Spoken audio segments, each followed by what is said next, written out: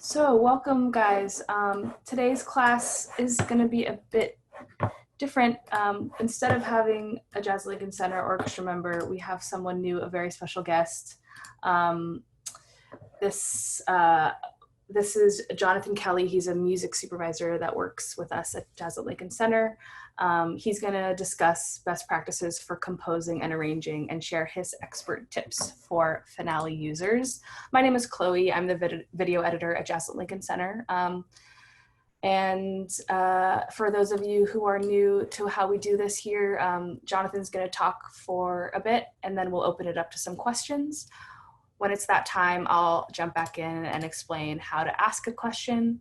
In the meantime, if you have anything you want to say, you can shoot me a chat.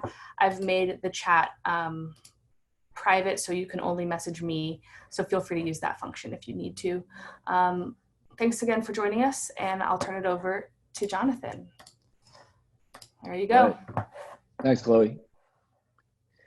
Hey, everybody. Hope everybody is doing as well as can be expected, and thanks for tuning in. If you're disinterested in jazz, it's Friday before Memorial Day, 4 p.m. Eastern Standard Time.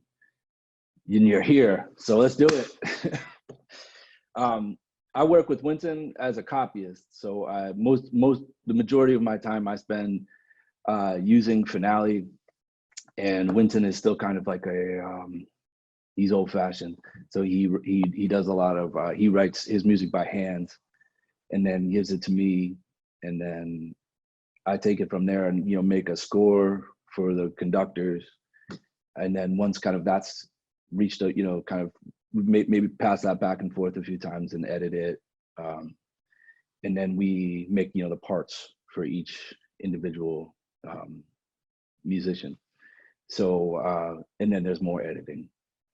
Generally, it's a bit of a serial editor. So I was trying to think when they asked me to do the class. There's a lot. There's one is just, I guess the first question is, why is it important to kind of learn like notation or like a notation program? And there's a lot of uses, and they make the programs are pretty. There's like a wide scope of what things you can do with them. And so, from a creative standpoint, it's just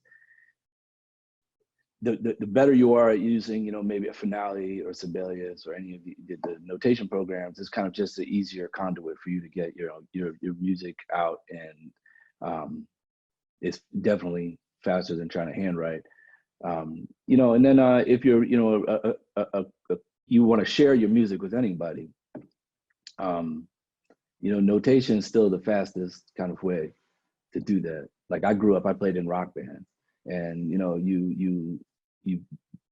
you could sit in rehearsal for 3 hours and learn 3 songs by teaching each other the parts, but it's much faster if you can get a room full of musicians and everybody can read and write music. Then you just convey your ideas much faster. The whole concept of it is very abstract if you really want to think about it, and I won't bore you on the Friday before Memorial Day with a deep talk about music notation. But the truth of it is you're taking like an idea like of sounds, and then you're trying to codify those thoughts into like a visual representation of that with just a bunch of lines and dots and dashes.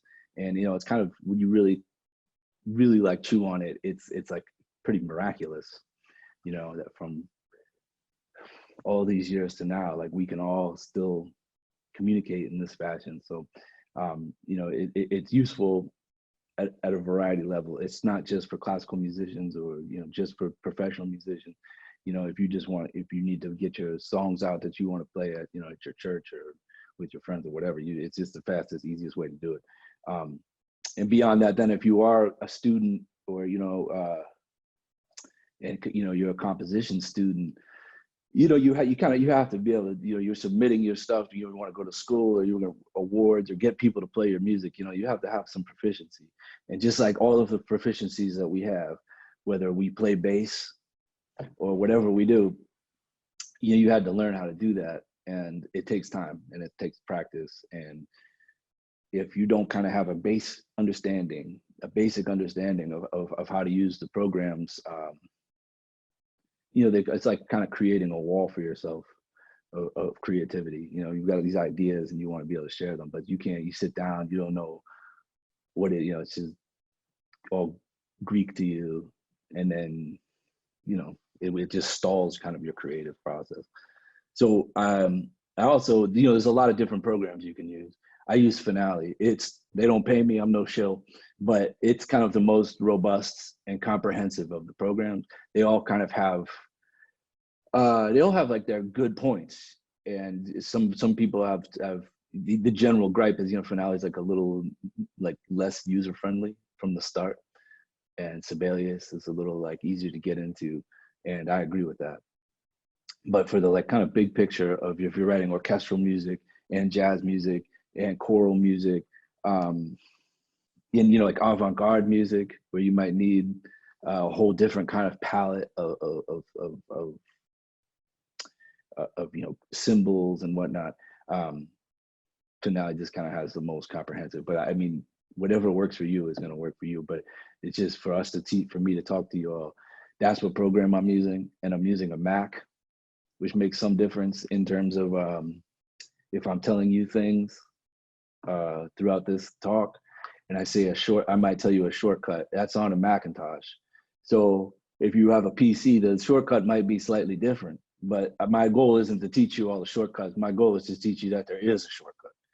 So you'll understand that there's something I can do that's faster. Between having so many different versions of Finale that people use from different years that they put them out to different operating systems, it's just, it's kind of fruitless for me to try to be talking all day about shortcuts. So, yeah, so I'm just gonna show you to start what I do, because that seemed like the easiest way to kind of get into the program and talk about these kind of things. Is just, this is what I generally have to do. The program, like I said, if you're using it as a compositional tool, it can be very different than what I'm going to do, which is kind of more of being a copyist, which is, really helping a composer. It's like being a composer's assistant. It's, taking their ideas and making them really just more legible. I'm not really trying to necessarily like working with Wynton. We've worked together 20 years. So there's like a little bit of give that just the familiarity with each other kind of breeds. But, for the most part, I'm just trying to help him get his vision out and finished and on stands so that people can play it. I'm not so much in that role. Like, I'm not really offering much in terms of content or creative kind of things. It's just, how do you put notes on paper, and making it so that he's not somebody who's very, some people are very, specific about their notating, and they want things a very certain way. And it's actually very easy to be a copyist for somebody like that, because you do it, what they wrote, you translate it, and then you can look back and say, this is a mistake. Wynton is definitely more of like he just wants to hear what he's hearing. So if I disagree with him on maybe how he notated something, he's really he's willing to try really anything especially to make rehearsals faster. That's like a thing I left out about why it's important to do this. So like, you get your group of friends together, you get 8 people, and you write a song for them, and then you hand them these charts, and the notes are all transposed incorrectly or just kind of illegible. We can't. That's why it's important at like a professional level. When you're doing new music, you just have very, very limited amount of time, and the time is very expensive. So anytime that as a copyist, and you're there and they're stopping for 5 minutes to figure out like maybe a mistake that you made, or maybe you wrote something and it didn't translate very well, it's what you're wasting. You're just wasting money, and you're trying to get at the spirit of music. So the more you're talking about this kind of very technical aspect of it, is less time that you can be talking about the narrative of the emotional part of the music. So that's kind of how I think about it when I'm when I'm up and for months on end for trying to meet some deadline that we're probably not going to make. You know, it's just to remember that it's like, you know, you're part of really like a process, and it's not a, you know, it's not, I'm not playing trumpet, like I don't have to sing, but it's like you know, it's all the wheels, you know, you need the wheels on the car. So that's kind of how I try to think about it. So anyway, I think I was chewing on this. I think the best kind of way for me to show you what I do is just to actually do it. So I can share my screen and I can show you kind of what the process would be like, or to kind of typically like Wynton sending me a piece, you know, usually a photo, like a, you know, iPhone has changed all of this for, but him and I used to live real close to each other when I first started working with him, and there was no hour was safe. It was like, it would be 3 a.m, 4 a.m, and he'd say, "Oh, I just finished this thing. Can you come to my apartment and get it?" I was like, "Oh, man, yes, sir. Sure, why not? What else would I be doing 4 a.m.? So the iPhone has helped because now we send a lot of photos. Plus it also, you know, it's easier to kind of keep track of everything you're working on. My house used to be just a mess of paper. And, you know, between, you know, photo sizes becoming better and smaller, it's like much easier to kind of keep yourself organized. So yeah, so I think that that's probably the best thing that we can do is maybe we'll go through, and I can just kind of show you what I think for, I guess I'm going to gear it more towards somebody who's trying to learn the program. And, you know, like I think the first step, the first thing you should start to do is make yourself a template. So, because I've seen so many people, I work with other people too, other than Wynton, you know, they send me a file or something, and one file will just look completely different, like different sets of fonts, different sizes, different everything. And I just think to myself, like, you know, if you just made a template, it's just much, you just save yourself just hours of tedium. So that's what I'm gonna do. I'm gonna share this my screen here, and I'm probably, let's see, share screen.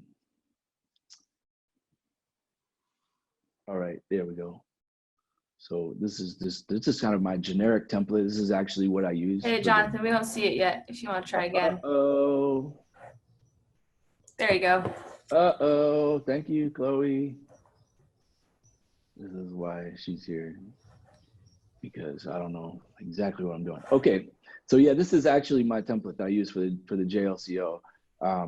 And you know, it's nothing to write home about, but it's just, when you start, then I know that there's certain things in certain places, and I don't have to, you know, I don't have to second guess myself. I just know.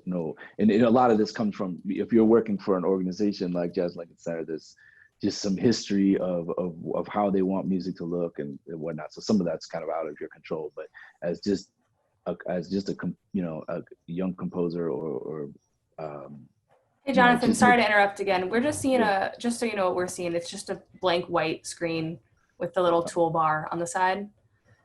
Uh-oh. I don't know if you want to Okay. just stop the screen Stop share and then that. restart it. Yeah. I knew this was Friday.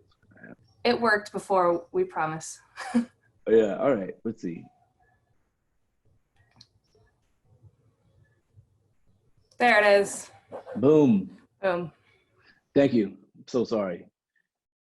I spend all day looking at notes. I can't, you know, all these other things I'm not good at. So yeah, so this is what I'm saying. I start with this, and if you have this, then it's, you know, when you go into finale, you've got like your score manager. So you can base everything off of this. You know, this is like this is a jazz big band. So if that's usually what you're writing for, you know, that's a good start. If you're gonna do, if you're gonna do a small group or something, this is the part called the score manager, and you know, you can just subtract whatever you don't want anymore. So if you only want 3 saxophones, you know, it just automatically kind of does it for you. So it just makes sense when you're starting out. It's just kind of come up with how you want your music to look, and then just add and subtract as you need it. So like for instance here, you would do this, and then you might have to adjust the page. to fill the page, there's this tool here. It's called the resize page tool. You make it a little large, it's too big, but you get my point. Is you have to have somewhere to start. Another important thing is about, like, with your view of how you're looking at the music. This is something called a page view. So this is what it looks like, is exactly how it's going to print. So this, it's important, but there's also a different view. So if you go up here, scroll view. So if you switch into a scroll view,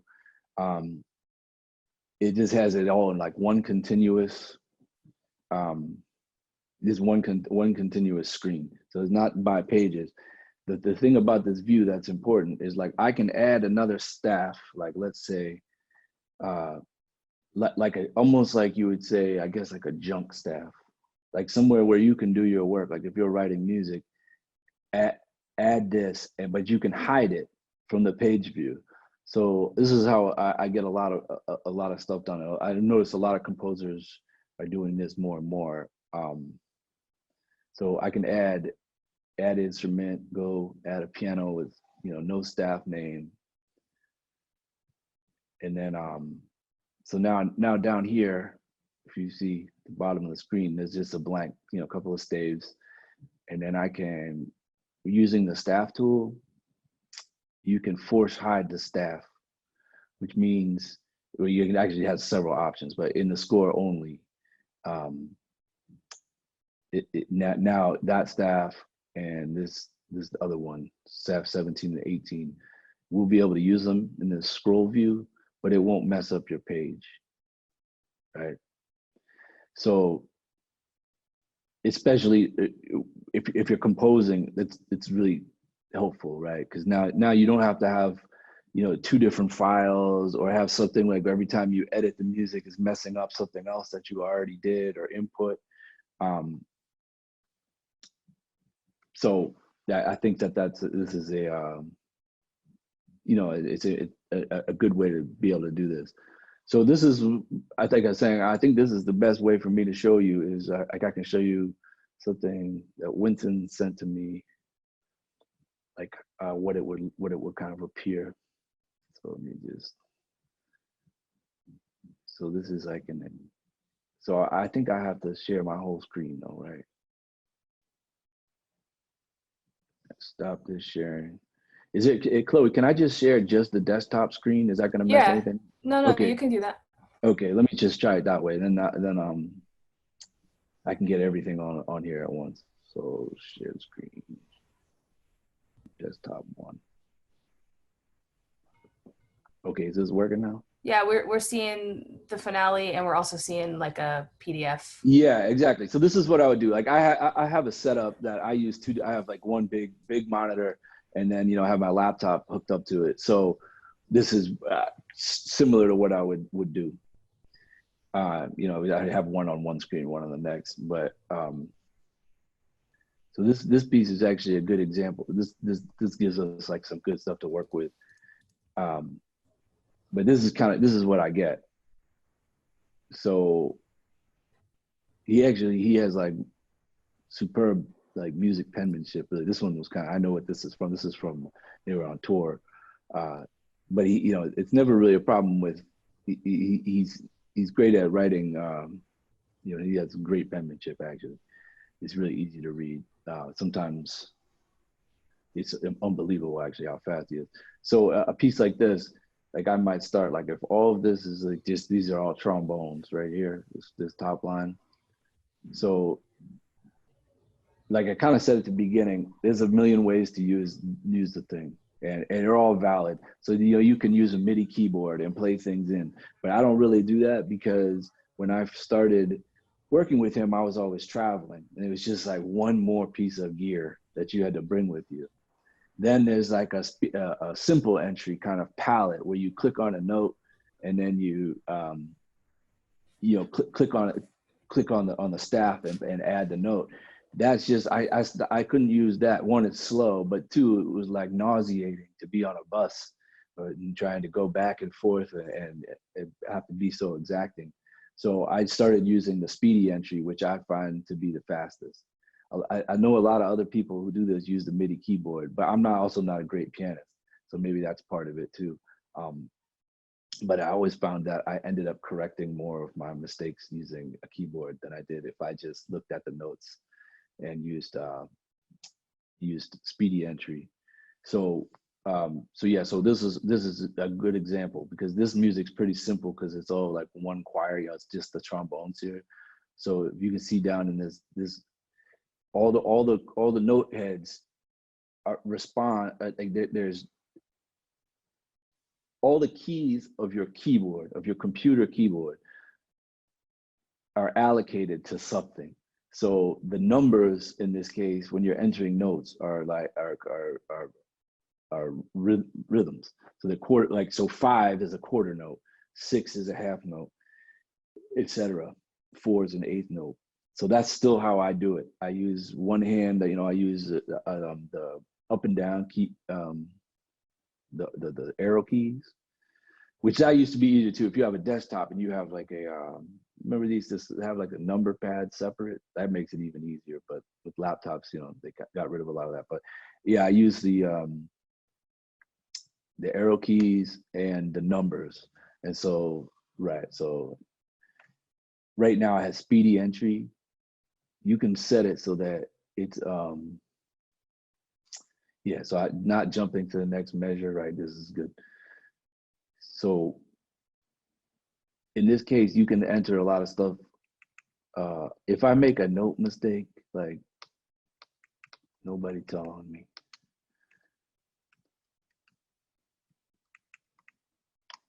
Uh-oh. So the good part of this for a composer, this is I'm gonna teach you about something that I use if the music is in this form where you've got all 3 trombones and it's kind of simple orchestration.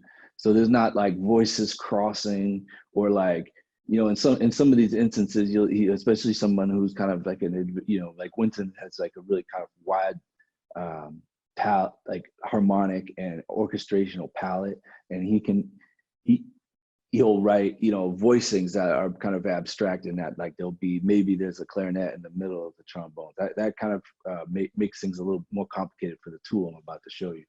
But so here, now you've got it in here.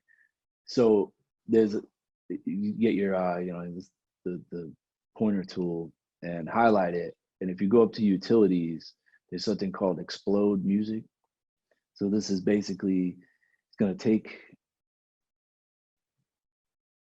so explode music, split it into 3 staves because there's 3 notes, top down. So there's not going to be extra notes, and the existing staves. So you could do it so that you built 3 new staves underneath, but we already have it set up. So actually, before I do it, let me reduce the size of the screen a bit. So we'll do that again. So up here, utilities, explode music, trombone 1. So there you go. That's like a really great function if you're a composer and you're writing and you're playing it in, and maybe you have an idea of the orchestration while you're doing it. It's like a really simple kind of a shortcut that can save you a lot of time. So then, like, from here, I'm just trying to go through each of like kind of the tools to give you just like a rough idea of how to use things, and then some of the like little tricks that I think might save you. So here, like, let's say we're going to we're going to articulate it. So let's say, so something like this. So to get these things, every one of these articulations, like, you can click on a note and a box comes up, right? So you could just do it in this fashion every time. You could say, oh, I want an accent on this beat. Click the beat, click the note, put on. But they're also, if you look, and I think they call it meta tools. Is if you look, you see how the staccato has an S, and accent has an A, Tenuto has an E. So you can click, like if you're holding down an S and you click the note head, it'll give you a staccato. If you had all of these and you wanted to change them, you can highlight all of them like I did the drag and highlight, and just change them all into staccatos by pressing the letter S. It's also slightly dangerous if you're dealing with a lot of this, that if you have things highlighted, you gotta make sure you're not messing around with like a lot of extra keystrokes, because all of a sudden you might not notice that you changed a bunch. But yeah, so that's one way, right? Then there's another way is, let's say what did we have before? So if we want to translate this to the rest of the staves, you can use like the copy and paste function. But I'm always surprised that some people don't know that, like, so you can copy and paste everything, right? So let's say I wanted this, and I'm going to put it in the left hand of the bass of the piano. You can just click, hit Option and click, and that's verbatim. We'll put what was in that staff. But you can also filter what needs to be transferred. So then this is really helpful in a lot of instances. So if you, let me see, this is Shift Option click. When something's already highlighted, put it where you want to go. So this is the edit filter. So you can just do certain things. So if it had lyrics on it, you could put lyrics from one staff to the next. You could, so in this case, we just want the articulations. And as you can see, then you can just Option click and it will just do that. It won't change what pitches. You can do that also with dynamics or any type of text. If this like, so he said these were okay. So for a guy who can write these unbelievably accurate note heads, the words are often hard to read, but the note heads are good. But that says Harmon with stem. So we just do this whole thing. Let's assume it's at mezzo forte. So again, it's the same thing with dynamics. You can go and click and go, the expression box pops up and you go to dynamics and find what dynamic you need. But as you can see, they all have numbers. They're real small, but 1, 2, 3, 4, and 5. So mezzo forte is a 5, and it works the same way. That you can, if you have this tool highlighted, I can go to this staff, press down the number 5, click this, and it's going to show up. Another good trick with these, I learned this from the Finale blog, like not that long ago. But also, if you have this one highlighted and you want to put it down here in trombone 3, you highlight it and then you hold down Option and press the arrow, like the down arrow, or if you were going up, the up arrow. So it'll copy whatever you want into the following staff. It can't be that important to anybody else, but it was just a great day for me. So I know you're not going to find the same joy, but when you work in a program for 20 plus years and you find something you didn't know about, it's journal worthy.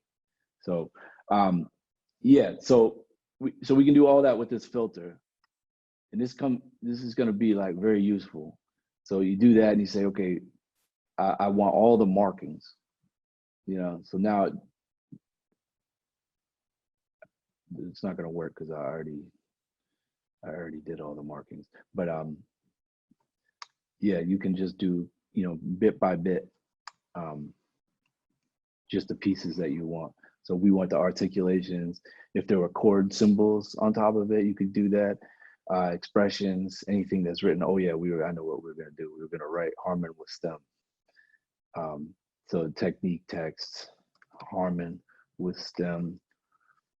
So now you don't have to write it on all 3. You don't have to click it on all 3. You can just do that. Most of these shortcuts, like I was saying, like one, if you're working as a copyist, you're always going to be late. Like it's always going to be, everyone's going to be waiting for you. So, you know, speed really does matter. But like I said, as a composer, it's like we're all just trying to do the same thing, whether you're learning how to play piano so that you can teach yourself harmony, like whatever it is just an impediment to you being like your creative self, you know? And so anything you can do to make that kind of that wall disappear is, you know, time that you can be spending on, you know, more important aspects of whatever music you're writing. So we could also talk this with so with chord symbols. So this is like one of the most common thing people ask me about is one okay, you know, with jazz music, you know, there's a lot there's differing ideas of like what chord symbols are right or wrong or whatever, and the program comes with ones that are like real small. And so this is how this came about was, you know, all these years ago when we had a gentleman named Joe Temperley, who since passed away.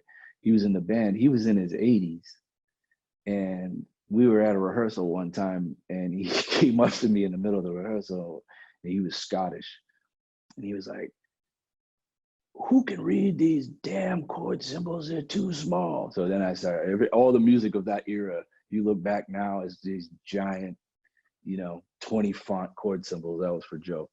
So, but this is just a way, like, you know, you're gonna have like how you spell chords. You know, there's different ways to spell them, and you're gonna have a way that you like doing it. So, the best way to do this is that you could create your own chord suffix library, and then so okay. So if normally this one doesn't have it because I think I deleted it. But you know, you put your chords in, then you right click or double finger click, and you want to edit the chord definition. This is where you can add suffixes. So usually finale is populated with a bunch of ones that come standard. But I deleted it on purpose because we have ones that we use in the way that we spell them and the size that you want them. So what you can do is use a library. And so when you've created your file and now you've added chord symbols, like then you can save the library. So that's what I've done previously. So that's the magic that's about to happen, is that I previously did this. They live in the finale folder under libraries, and that one's aptly called JLCO chords.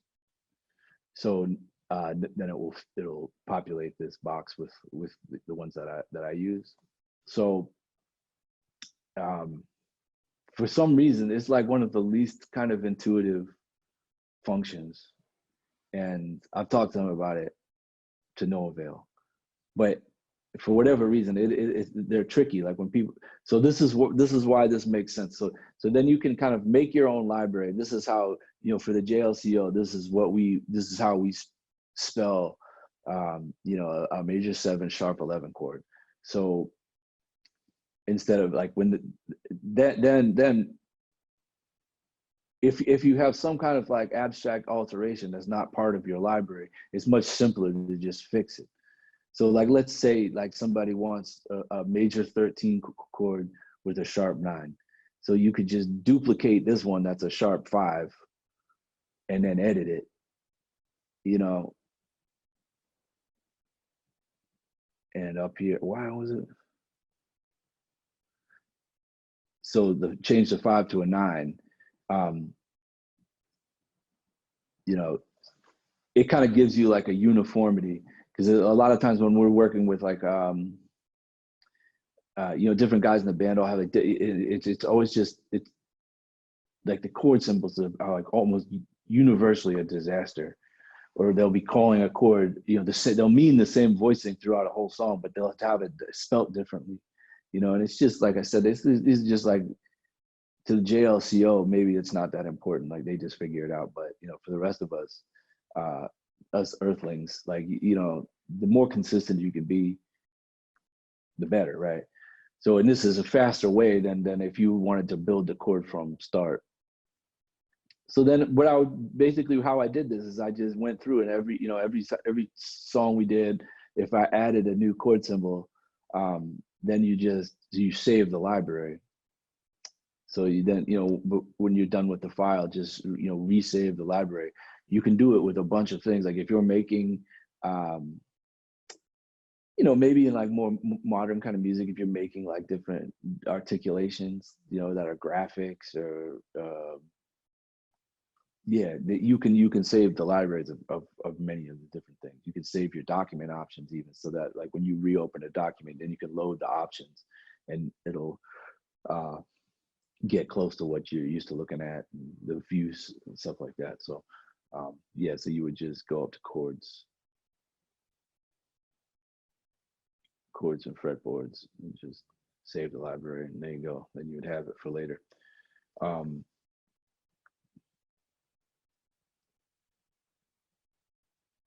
Yeah, so okay, this is another common question is with triplets.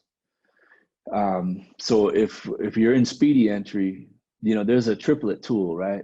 So we could take this and say we want these all to be quarter note triplets. You click on the first one. You want 3 quarter notes in the space of 2 quarter notes.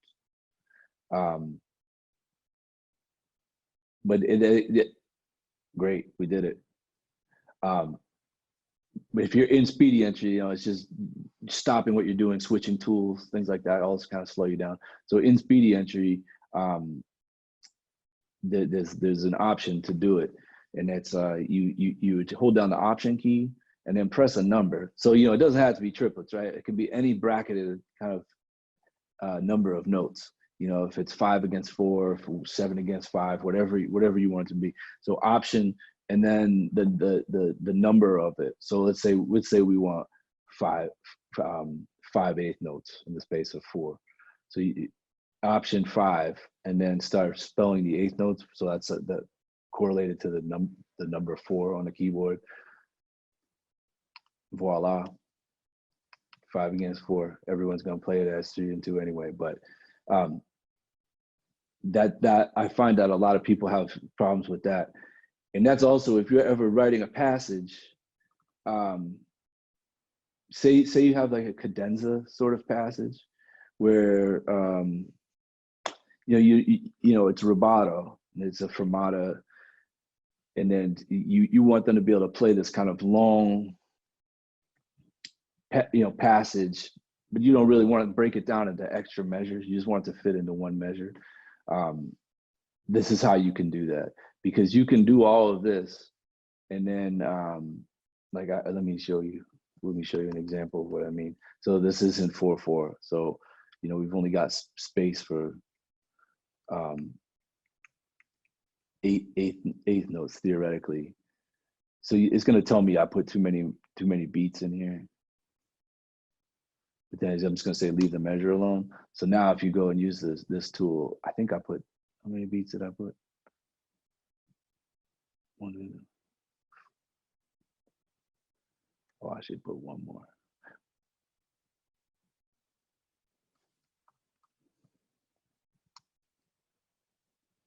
1, 2, 3, 4, 5, 6, 7. So I think I put 8 beats. So what you can do is say this, we're gonna have 1, 2, so 4 beats. So it's 8 quarter notes in the space of 4 quarter notes. So you can put that 8 quarters in the space of 4 quarters, so that it will still fit in the measure. But you just don't want, you don't want them to see the number. So you just put nothing under the appearances and no bracket. So it's how the program is understanding it. But the way it'll show is, like that.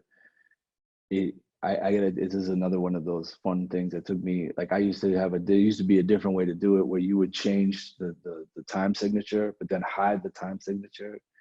And it inevitably, like you'd forget to, I don't know, it would be like you'd be working on your file, couldn't figure out like why something was going wrong. It was like, oh, okay, there you go. So that could be useful. So, I mean, this is another thing about just like a lot of people ask me about page sizes. So we blow, you know, we're fortunate. We have like crack library staff who can enlarge music for the enlarge the music for score sizes and part sizes and stuff. But like in my experience, it just makes much more sense if you have the ability, like if it's only big band and it's 15 instruments, 18 instruments, and you can fit it all on an 8.5 by 11 page, you should do that. Like unless you're making music to be published specifically, where someone says to you, we need it on this size paper. It's much easier for someone to get 8.5 by 11, you know, a standard size paper, and enlarge it than it is for them to try to get, you know, you've set it up for 9 by 12, which is like a lot of part paper size, and it's much more complicated. And then you never know when there's a pandemic and you have to send it to all of your friends so that they can record videos of your music, and no one's gonna be able to print it. That's like a really common kind of question that people have. But maybe it makes sense, Chloe, if you think people have some questions, I'm happy to try to, even if they're real specific or very general. Yeah, let me explain quickly how to do that. If you're new to our Zooms, if you'd like to ask a question, please make sure to use the raise hand function. You can also send me a message in the chat. There are actually a couple questions in there already. So click the participants tab and you'll see the raise hand button. If you do that, I can unmute your mic and spotlight your video so that you can see Jonathan and he can see you. And while I have you, just want to thank everybody for joining us and for continuing to support Jazz at Lincoln Center during this time. We wouldn't be here without you, and your support means so much to us. So let's start while people are gathering the courage to ask questions. I'm also, if you're watching on Facebook, I'm also monitoring Facebook as well, if you want to throw a question in the comments there. But this first question comes from John. He actually typed this when you were talking about articulations. Yeah, all right. He asked, would you do articulations before exploding the notes onto the stage? Absolutely. Yeah, absolutely. Where's John at? Where's my man John? He's where's John at? He just messaged me the question. So all right. Yeah, definitely. Yeah, that would make much more sense. You know, it's actually a pet peeve of mine because Wynton does all the articulations last.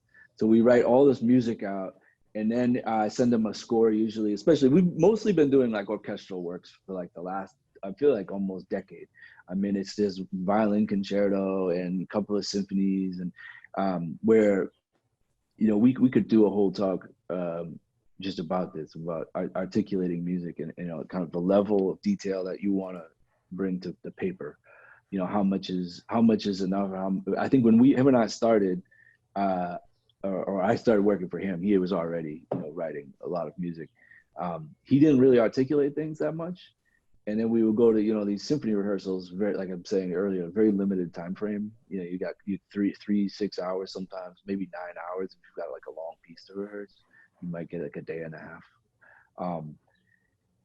It was like really under articulated and with dynamics as well. And it's just, man, you spend so much time, like, you know, really good musicians will figure out like where they sit in the music. You know, am I the main part? Am I playing with other people? Like, do I have to phrase? Like, they can figure it out very fast. But if the more, in my estimation, the more you articulate, the better. But yeah, John is spot on. John must be a finale user. John's here. I've unmuted you, John. Oh, hey, hi. Thanks for the question, John. But yeah, you're right.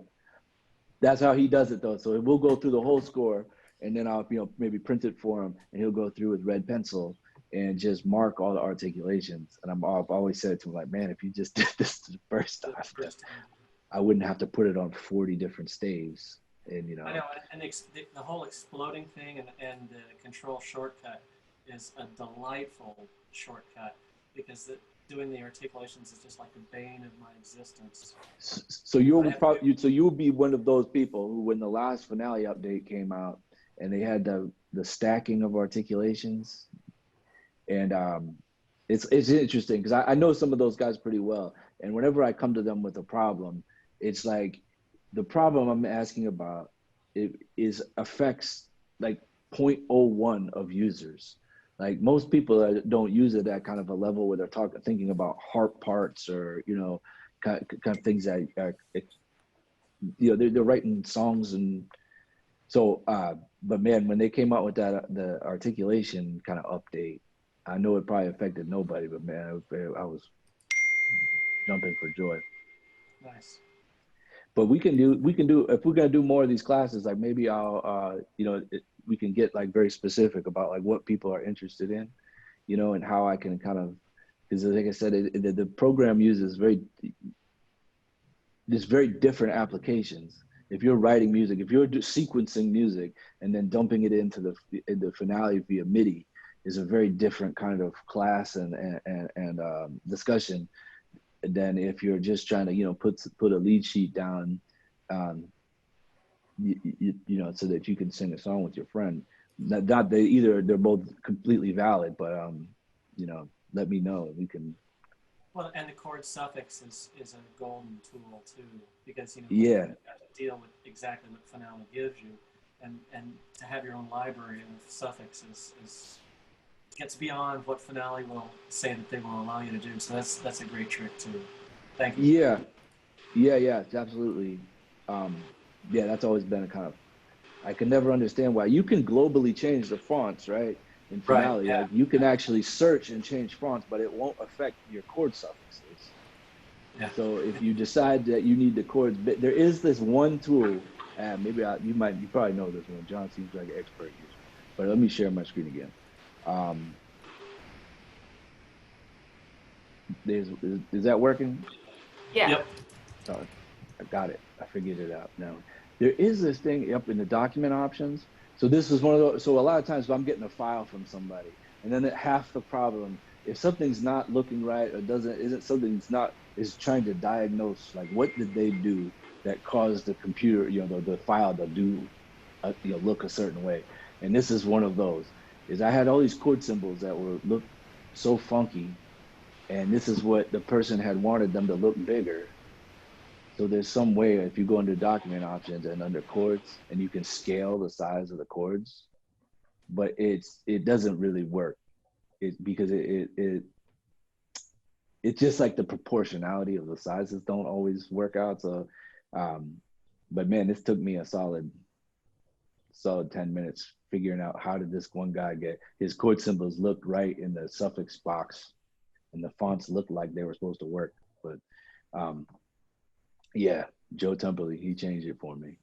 He let me know in front of people that chord symbols needed to be bigger, or he was going to stop reading the music. I don't know how many of you know Joe, but he's not known for being warm and cuddly. And no one gets younger. Everybody's eyes get older. No one's eyes get younger. I had this written down. I was like trying to make some notes for myself. So, talking about like, we could do a whole one obviously on linked parts and stuff, but like putting measure numbers, and I had written that down, is that in all of the 20 years of me doing this, I've only had one person ever tell me that they thought that the measure numbers were too big. And he's an ornery fellow who he just was looking for something to be mad about. But yeah, in general, like those are the things, if you're actually conducting, if you have experience conducting, and it's new, especially with new music, something that you're learning it with all of us, you're sitting down and it's like, it's orchestral music. Like I have a friend who's a conductor, and he said that he said, I'm looking at strings, because strings are almost always playing. So it's easier if you're worried you're going to kind of get lost, something that has like meter shifting. Like he's like, my eyes are fixated on the strings for the first pass. And that's what any giant measure numbers, all these kind of things right there. And he said, I'm not even looking at all the other stuff. All these woodwind flourishes and stuff like that. Nah, I'm not worried about that. Cool. All right. All right, man. Thank you. Thanks, John, for your question. We have another question in the chat from Noah. Noah wants to know if you have any tips or techniques for reducing eye strain, speaking of eyes, while working on scores for long hours. Well, my first eye strain. Let me see if I can do this without. Is this giant monitor?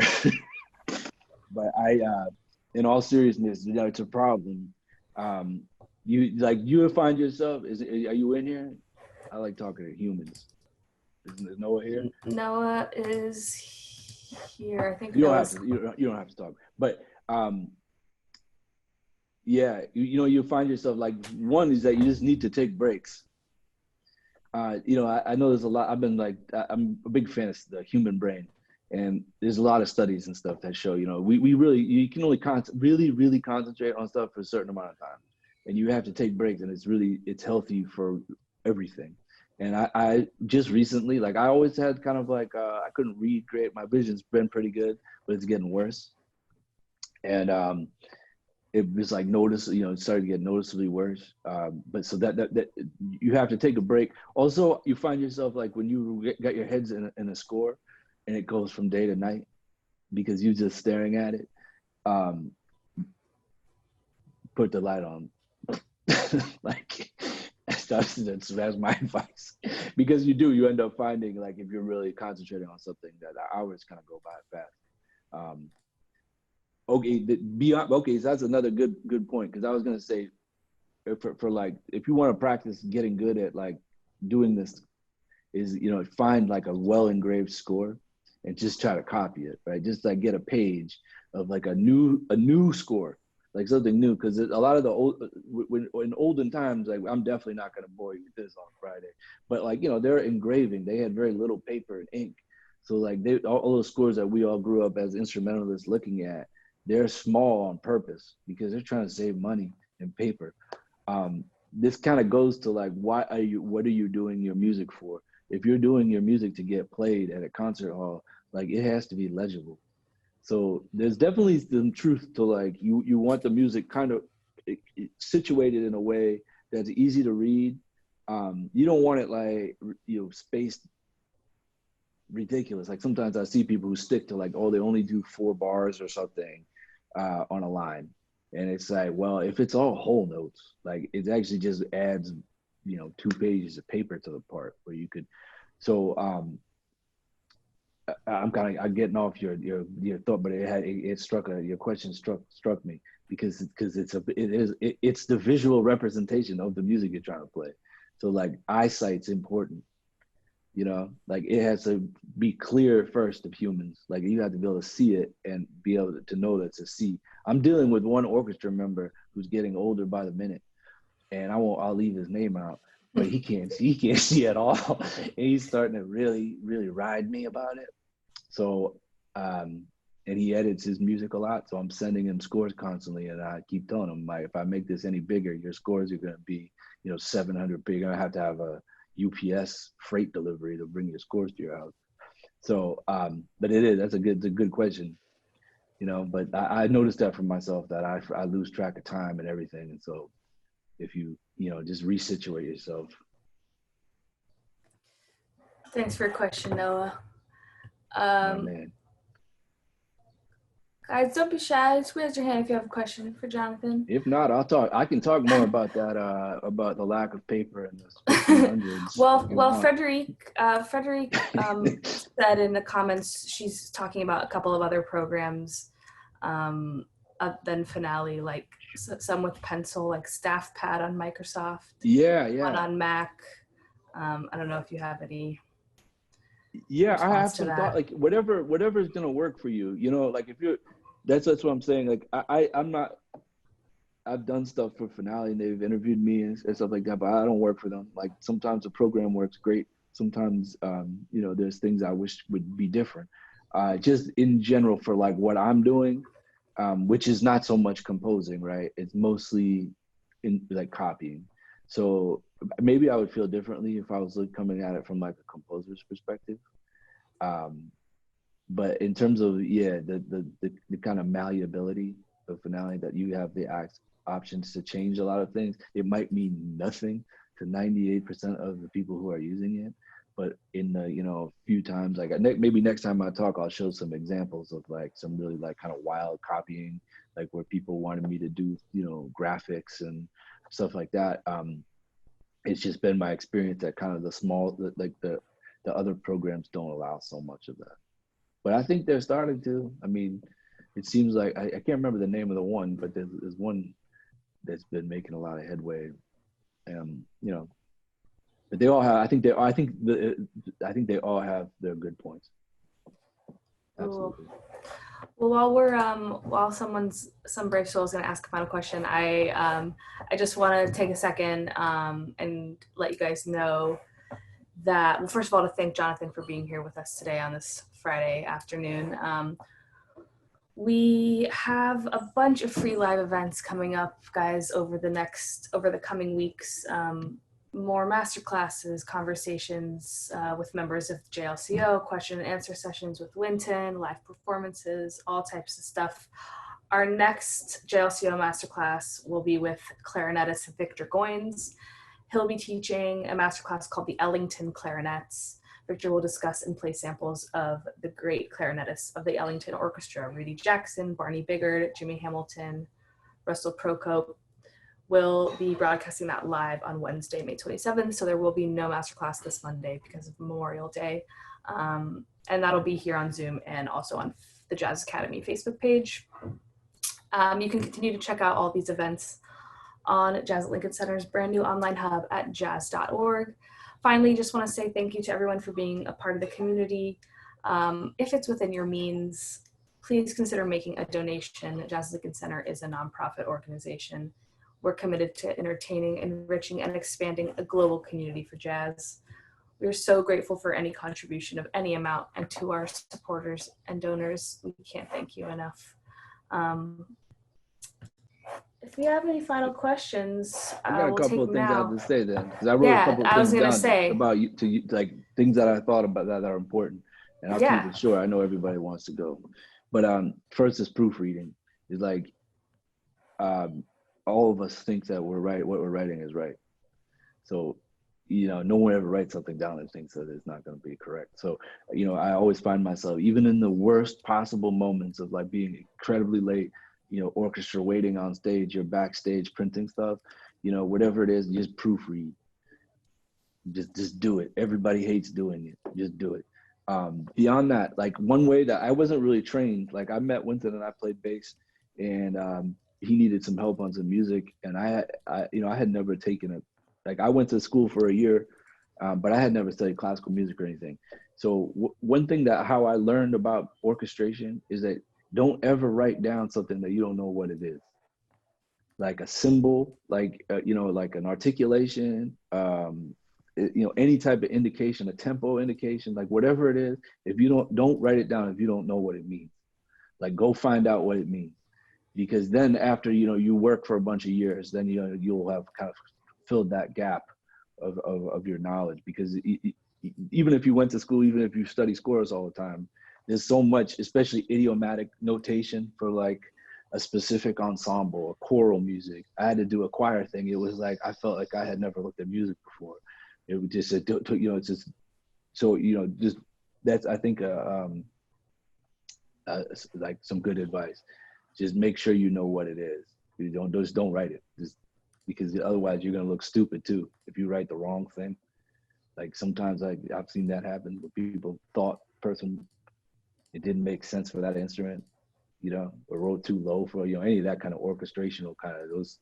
My friend who's a conductor always says, you know, with the orchestration, he said, if you write, you write as high as you want and you'll look like you're some eccentric genius. But if you write one note that's too low for an instrument, you just completely get exposed because, so, you know, always think about what you're writing and that it makes sense. Even if it's someone else's music, you know, like, I think that's important. Like, don't just go and like, I always take an active role and go to the rehearsals. Like the most stuff you'll learn about how to write music is sitting at a rehearsal and seeing like what you probably didn't think of that didn't work or that did work, or like the things that musicians write in their parts. So when you're finished with a piece and it's been played or rehearsed or whatever, like look at their parts and see like what did they scribble? Like what did they make bigger? Like what couldn't they read? Like what, so if you look at it like that, you'll see the things that like, you know, that you could change or needs to be addressed. I think that's it. Awesome. It's Friday. Yeah. Guys, thanks so much for joining us. Keep following us on social media, Facebook, Jazz at Lincoln Center, or jazz.org on Instagram and Twitter. Thanks again to Jonathan for being here with us, for offering his expertise. Again, lots of thank you messages in the chats from everybody. All right. No, thank you. Yeah, I'll turn it over to you to say goodbye, and we'll head out. Have a great weekend, everybody.